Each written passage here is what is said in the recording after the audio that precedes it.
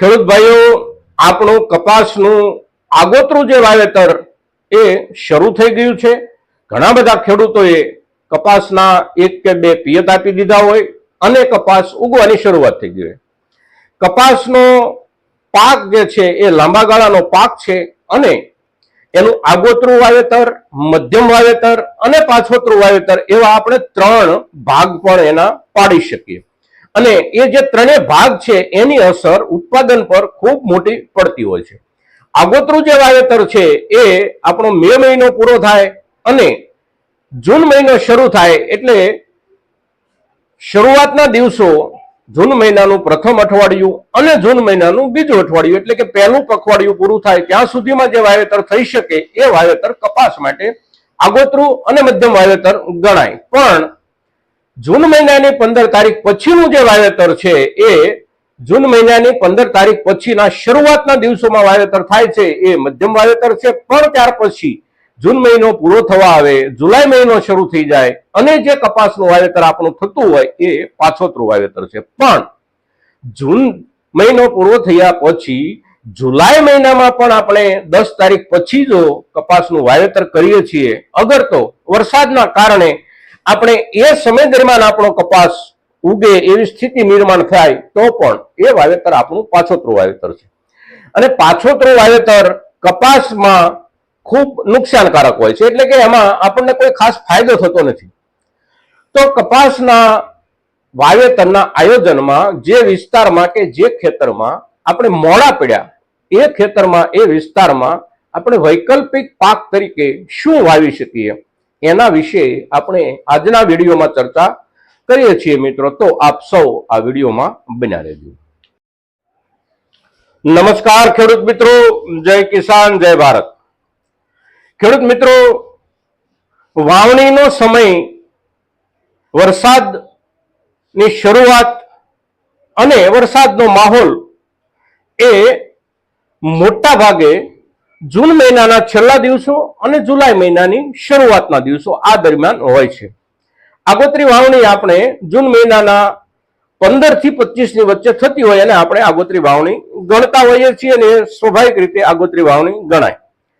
પણ ચોમાસું એ એક કુદરતી ચક્ર છે અને એ કુદરતી ચક્રમાં આખા વિસ્તારોમાં એકી સાથે વરસાદ થાય ત્યારે પણ 5-25 ગામડાઓનો ગોળ ક્યાંક ને ક્યાંક વાવણીથી વંચિત રહી જતો હોય છે. બધે સમાન રૂપમાં એકી સાથે વરસાદ નથી થતો અને ક્યારેક ક્યારેક પ્રદેશમાં કે વિસ્તારમાં ખૂબ મોટા ભાગમાં સમયસર વરસાદ થયો હોય, પૂરતો વરસાદ થયો હોય તો પણ આવા કેટલાક ગોળ રહી જતા હોય છે. તો આ વિસ્તારના જે ખેડૂતો છે એમની ચિંતા ખૂબ બધી વધી જતી હોય છે અને ક્યારેક 15 દિવસનો કે 20 દિવસનો કે એક મહિનાનો ગેપ બે વિસ્તારો વચ્ચે વાવણીમાં પડી જતો હોય છે. હવે જ્યારે આવો ગેપ પડે છે ત્યારે આપણા વાવેતરના આયોજનો પર એની ખૂબ મોટી અસર પડતી હોય છે. લાંબા ગાળાના જે વાવેતર છે, ખાસ કરીને આપણા વિસ્તારમાં કપાસનું જે વાવેતર છે, અગર તો જે આપણે મગફળી લાંબી મુદતની મગફળીનું વાવેતર કરતા હોઈએ એ વિસ્તારમાં પણ વાવણી, વરસાદ આધારિત જે વાવણી થાય છે એ જ્યારે મોડી થાય ત્યારે એ આપણા માટે ચિંતાનો વિષય હોય છે. હવે જે વિસ્તારમાં, જે ખેતરમાં, જે વાડીમાં આપણે કપાસનું વાવેતર કરવા માંગીએ છીએ અને એની તૈયારી કરી લીધી છે પણ વરસાદ ખેંચાય છે, સમયસર વાવણી નથી થતી અને પાછોતરા પીરિયડમાં આપણે દાખલ થઈ જઈએ છીએ તો કપાસના વાવેતરથી આપણે બચવું જોઈએ મિત્રો. અને કપાસના વાવેતરથી જ્યારે આપણે બચવું છે ત્યારે એક ખેડૂત તરીકે આપણે એમાં કોઈ અન્ય પાક તો લેવો જ પડશે. તો જ્યારે બીજો પાક લેવાનું આપણે વિચારીએ, વૈકલ્પિક પાક તરીકે કાંઈ પણ બીજો પાક વાવવાનું વિચારીએ ત્યારે આપણે કયા પાક લઈ શકીએ આવા વિસ્તારોમાં, તો એને માટે આપણે જમીનની પ્રતને પણ ધ્યાનમાં રાખી અને ચાલવું પડશે. જો આપણી જમીન છે એ જમીન હલકી છે, સામાન્ય ફળદ્રુપતા ધરાવતી જમીન છે તો એમાં આપણે રોકડિયા પાકો જે છે એ પૈકીના પાકો એટલે કે તલ, એરંડા આ પાકોનું વાવેતર કરી શકીએ છીએ. એ સામાન્ય જમીનમાં પણ સારી રીતે એનો પાક લઈ શકાય છે.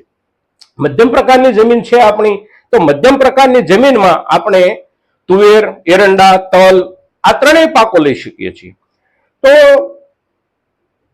વાવણીમાં જે મોડું થાય છે અને મોડું થયા પછી આપણી પાસે અગાઉ ખરીદી મૂકેલું કપાસનું બિયારણ હોય છે. કપાસના આધારે આપણે ખાતરોની ખરીદી કરી લીધી હોય છે અને તેથી આપણે પાછોતરા સમયમાં પણ કપાસની વાવણી કરી લેતા હોઈએ છીએ આવા 2-3 કારણોસર.